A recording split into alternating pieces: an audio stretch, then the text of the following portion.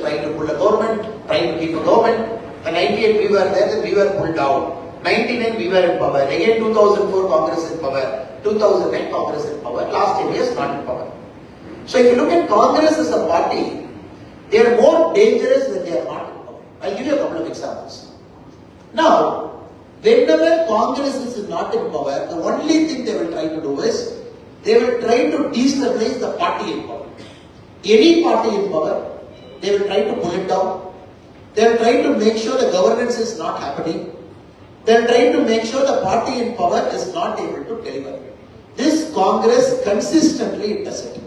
If you look at last 10 years of our government, Modi's government, 5 years, second 5 years, nobody in our country has challenged a government's administrative power like how Congress has challenged in the last 10 years. Every single issue, they took it to Supreme Court, right up to Aadhaar, biometric, Rafale.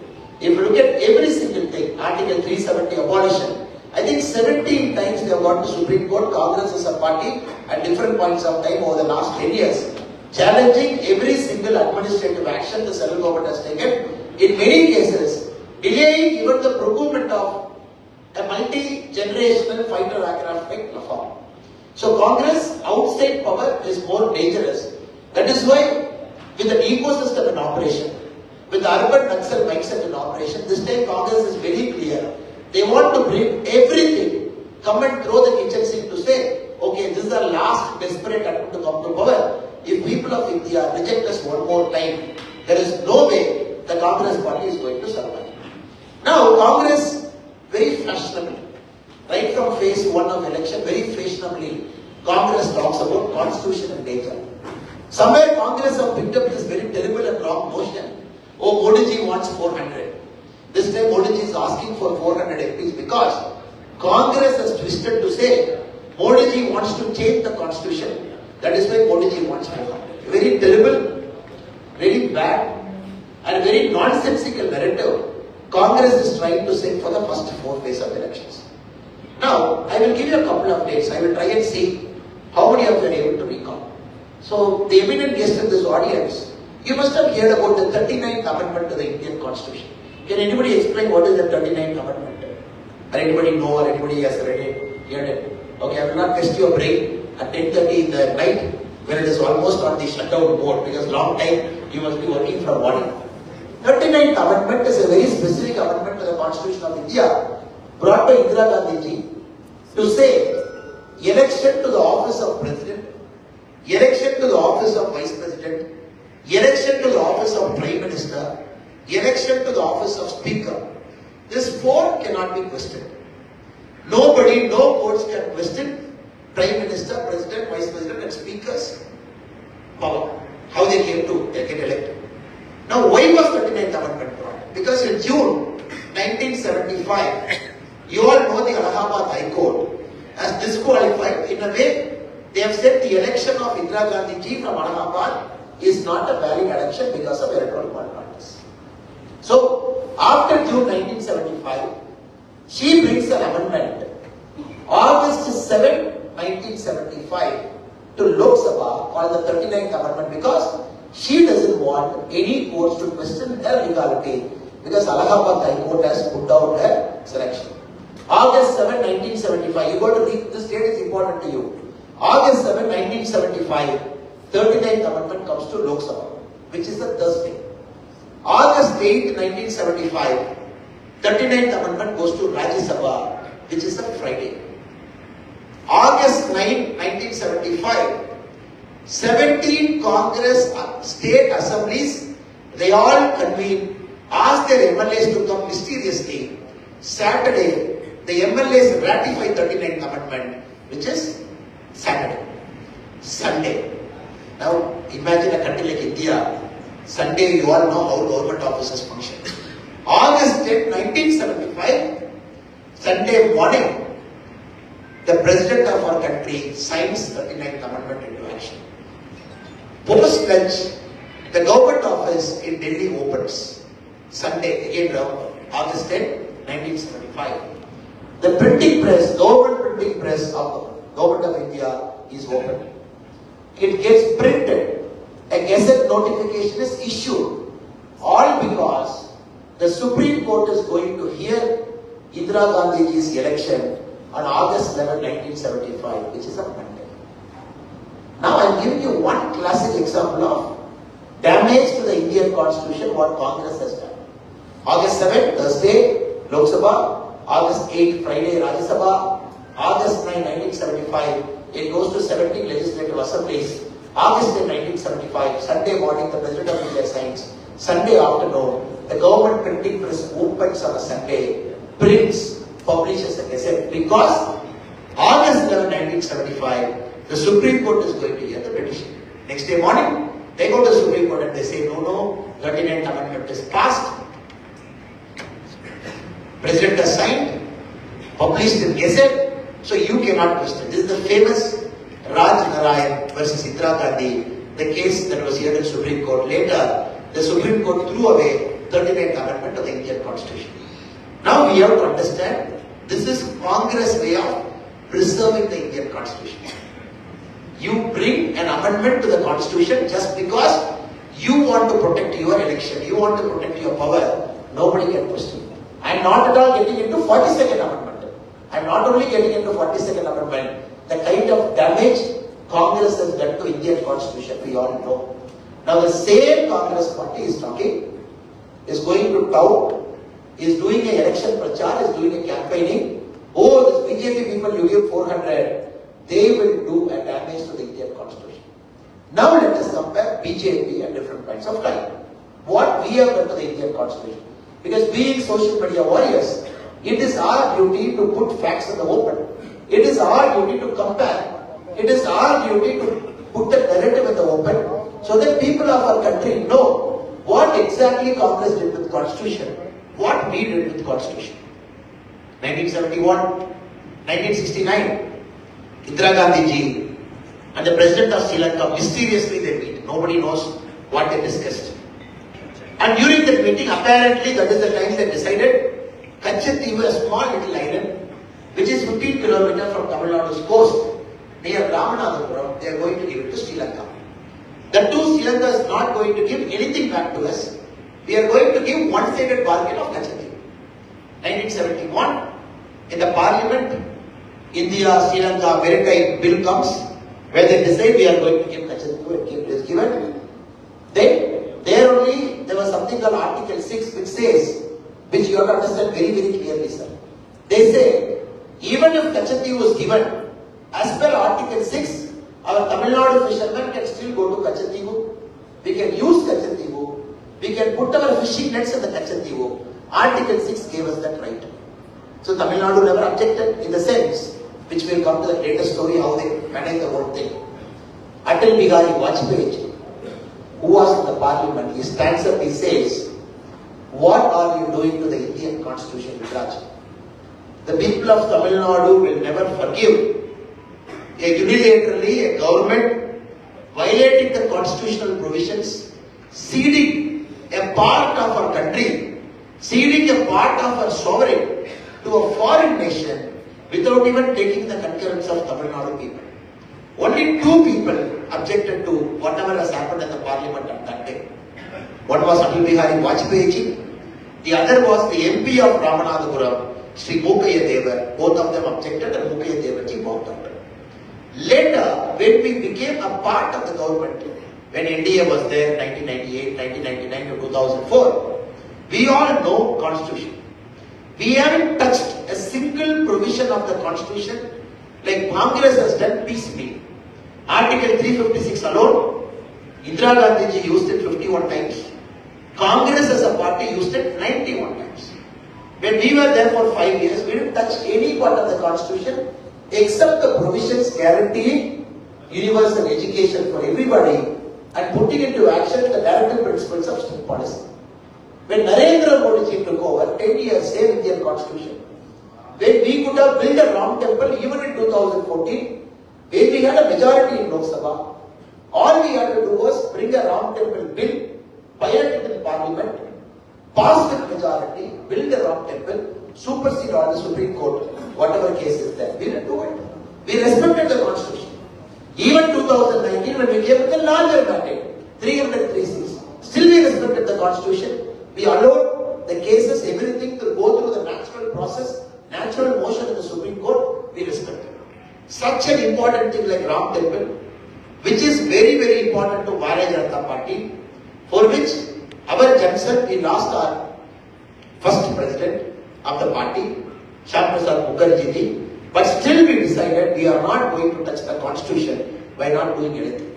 So again, if you look at the constitutional provisions, we are the only party which has got the courage to move into directive principles of state policy.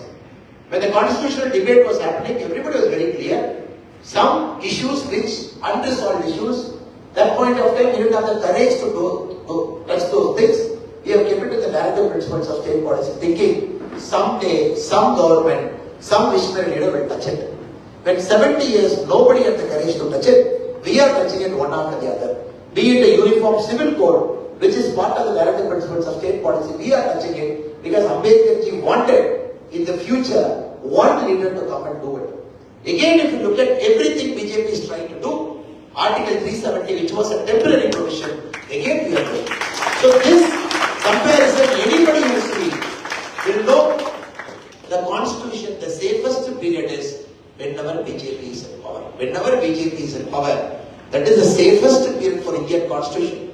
Not only is the safest period, but also we made sure the constitution was strengthened during our time. So constitution strengthening doesn't mean that we just look at the constitution book, we sit idle, we walk after 5 years. Strengthening of constitution means living and governing by the spirit of the constitution. When our NDA, when we had opportunity to nominate the president of this country, only 3 times. Vajpayee ji had one opportunity. He could have nominated anybody. The so-called opposition's definition of Hindutva leaders, quote and unquote. He could have nominated anybody. He could have brought anybody as the president of our country. Nobody is going to question. But when Vajpayee ji had one opportunity, he brought a Muslim from Tamil Nadu, APJ Abdul Kalam Ayya to the seat. When Modi ji had 2 opportunities. After that, Modi ji had 2 opportunities. Modi ji had 2 opportunities. In the first available opportunity, we brought Ramnath Kovind ji, an upright person from the SC community. From there, we made him the president of our country. When Modi ji had his second opportunity, he brought Draupadi Murmu madam from the ST community, first tribal president there. So this is working by the spirit of the constitution, giving voice to the voiceless. Any government in power has to be really conscious of the fact, unless the spirit of the constitution is respected, the letter of the constitution someday or the other will fall down like a pack of cards. It is only our government, we respected the spirit of the constitution by making sure people who don't have a voice, people whose voice was never heard in the parliament, their voice was made to hear by making sure APJ Abdul Kalam ji, by making sure Ramnath Kovind ji, by making sure Draupadi Murmu ji, all those eminent people, they sat in the chair of Rajya Sabha chairman. They presided over the proceedings of the constitution. Not only that, we all know how the awards were distributed at one point of time. Yes, of course, the constitution has given provisions for honor of citizens. But how Padma Award was distributed? If you take the Lutyens Delhi, if you take the Akbar Road, if you take 3 roads to the left and 3 roads to the right, only the 6th roads was contributing half of India's Padma Award. You got to limit the 6th road, be a part of the evening cocktail party, know the Gandhi Parivar very well. That is the story of this Padma Award for 50 years. Now again look at the transformation of the Padma Award. Just we had seen a couple of days back, one lot of Padma Awards, people who, the deserving people getting the award. So this I would call the spirit of the constitution. It is important in this election to answer to Congress or to counter to Congress is not important, sir. It is important that we put the small things before our countrymen. How the spirit of this constitution was preserved and protected by the 10 years of Narendra Modi's government. How when we took over, when we took power in 2014, I'll tell you a small story. The current Tamil Nadu governor, Mr. R. Ravi, that point of time he was a deputy national security advisor. So post his retirement, he was a special interlocutor for the Naga talks. Because we all know in Nagaland, the 2 two factions were fighting, the ISAF and the Mumbai groups.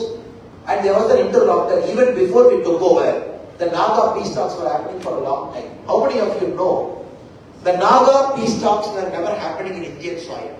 The Naga peace talks was always happening in foreign soil.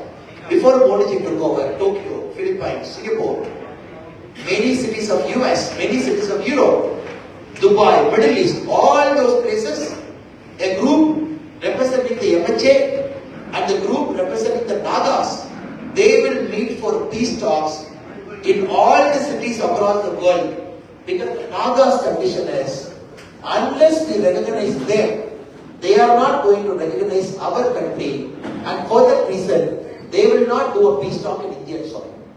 Now, this is not reported widely in the press. When Modi took over, when we restarted the Naga peace talks, the only condition we made is the peace talks henceforth will happen in New Delhi. There is no Tokyo, no Philippines, there is no Germany, there is no US. We have to sit in Indian soil.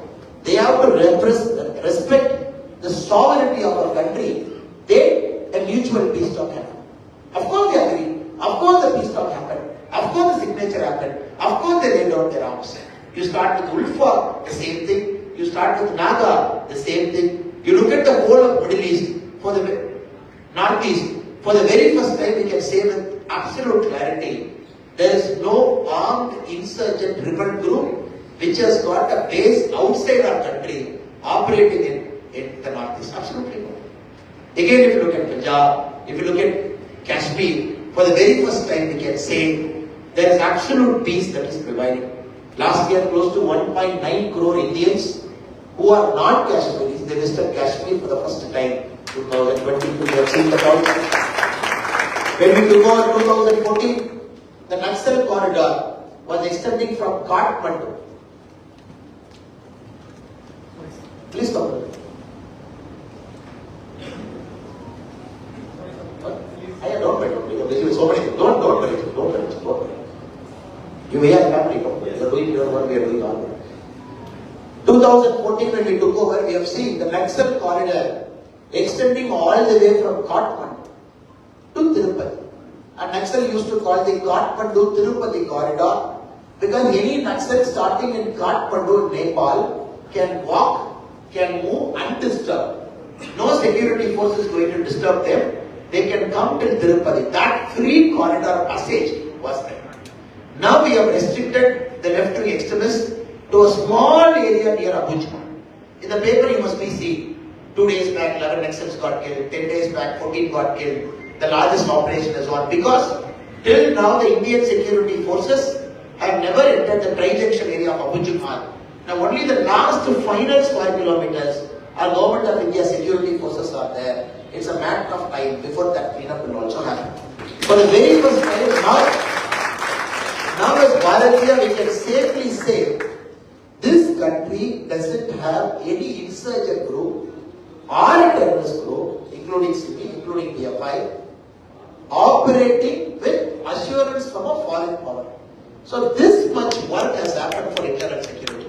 It is very important that internal security alone, in a city like Mumbai, one of the world's previous city where everybody's eyes is on Mumbai, and we all know what happened on November 26, 2008, which in a way brought me to IPS, which in a way brought me to politics in a different context. We all know what happened to Mumbai many years back.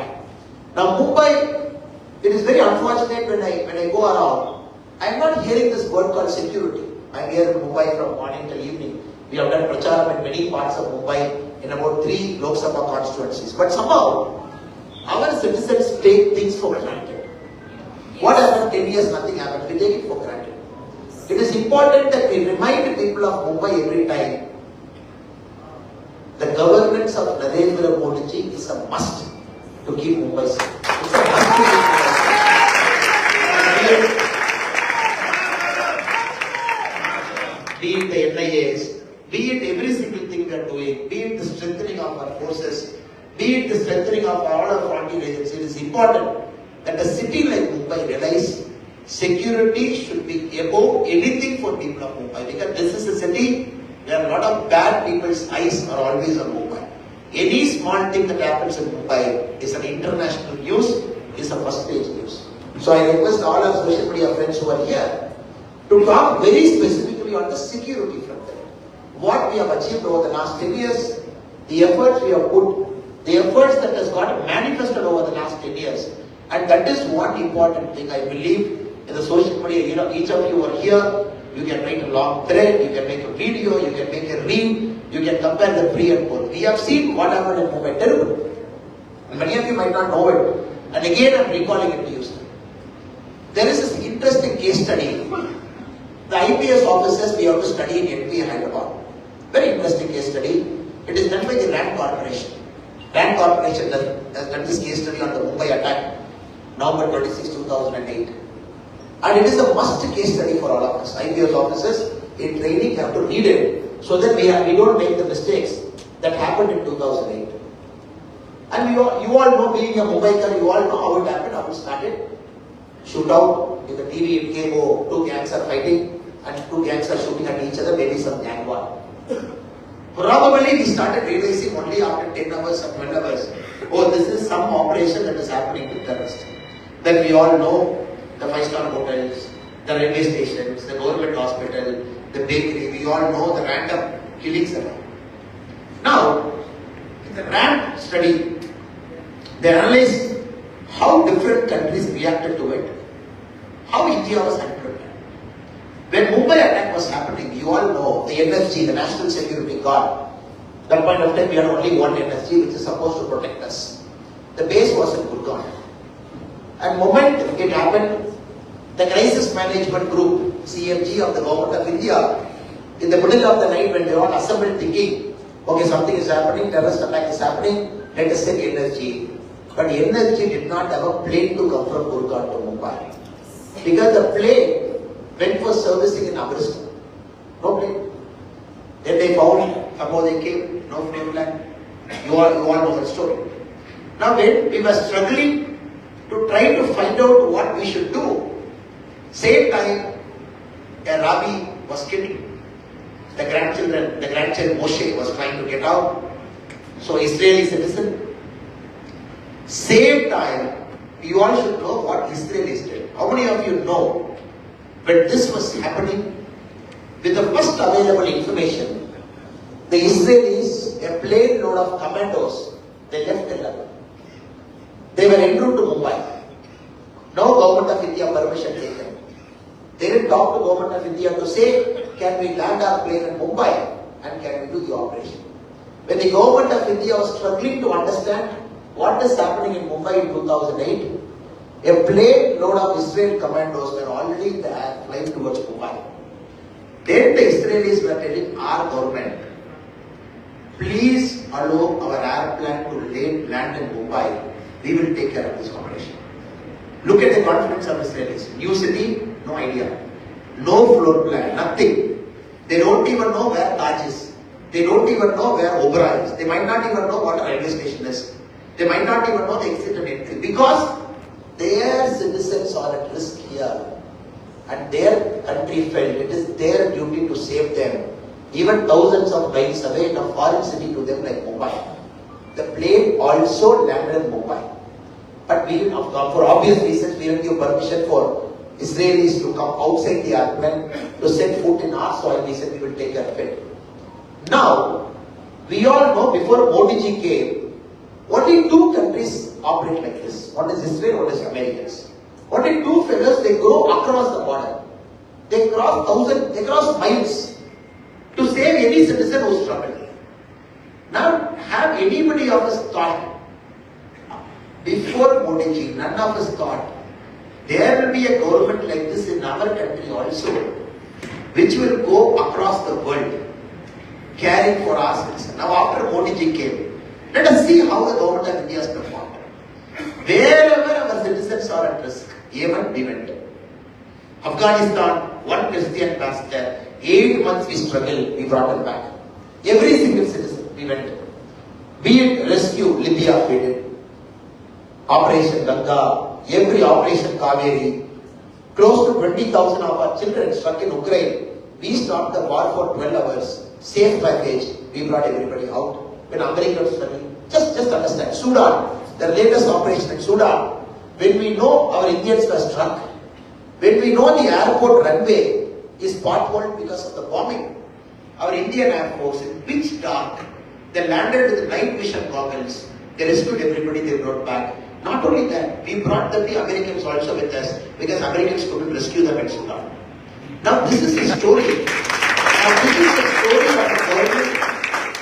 In 10 years, we have drastically changed the thinking of security apparatus.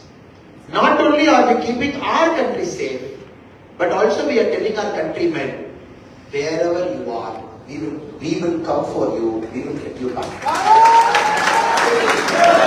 Not only that, in this new India, the enemies know the midnight knock can come anytime. Wherever they are hiding, in whichever parts of the world they are hiding, they know the midnight knock, the so-called invisible man, can strike at them any point of time. Now this is something we all should know. In the last 10 years, we made it possible. How did we make it possible? Because of a single person's vote. Single person's vote which gave us majority. Which never allowed us look at somebody to the left, look at somebody to the right, do the negotiation to see, can you give me enough MPs to pass this? Can you give me enough MPs? That is why Modi ji wants 400. You have to understand why Modi ji wants 400, because he knows, even with 303, the parliament was severely disturbed. Even with 303. We had 303 MP. More than majority. More than halfway through. But can you tell me that parliament was functioning? No. Papers thrown, assault of the speaker, trying to do everything possible. No rational debate was happening. Not allowing any bill to be passed properly. They did everything possible to make sure governance doesn't happen in parliament. Now give us 400. Congress should learn a lesson. They might come down below 50. Now 50 fellows, what galata they can do in a parliament. Now Modi's logic is a very sound logic. Now 400 we need because of a strong government in parliament where the disturbances are less. Now Modi wants 400 for a simple reason. All parts of India should contribute. Northeast, Assam 12, other parts 11, 13, 11, close to 24, 25 MPs in Northeast, Tamil Nadu 39, Kerala 20, Karnataka 28, Goa 2, Pondicherry 1, Telangana 17. All parts of India should contribute. Only then we will get 400. So Modi's idea of 400. The reason Modi wants 400 is very simple. He wants every state to contribute to the kitty. Tamil Nadu should contribute in a big way. Kerala should contribute in a big way. Northeast should contribute in a big way. So that our government is a complete government from north to south, east to west. That is why we need 400. Now this is something I request all the eminent social media warriors who are sitting inside, that we take this forward.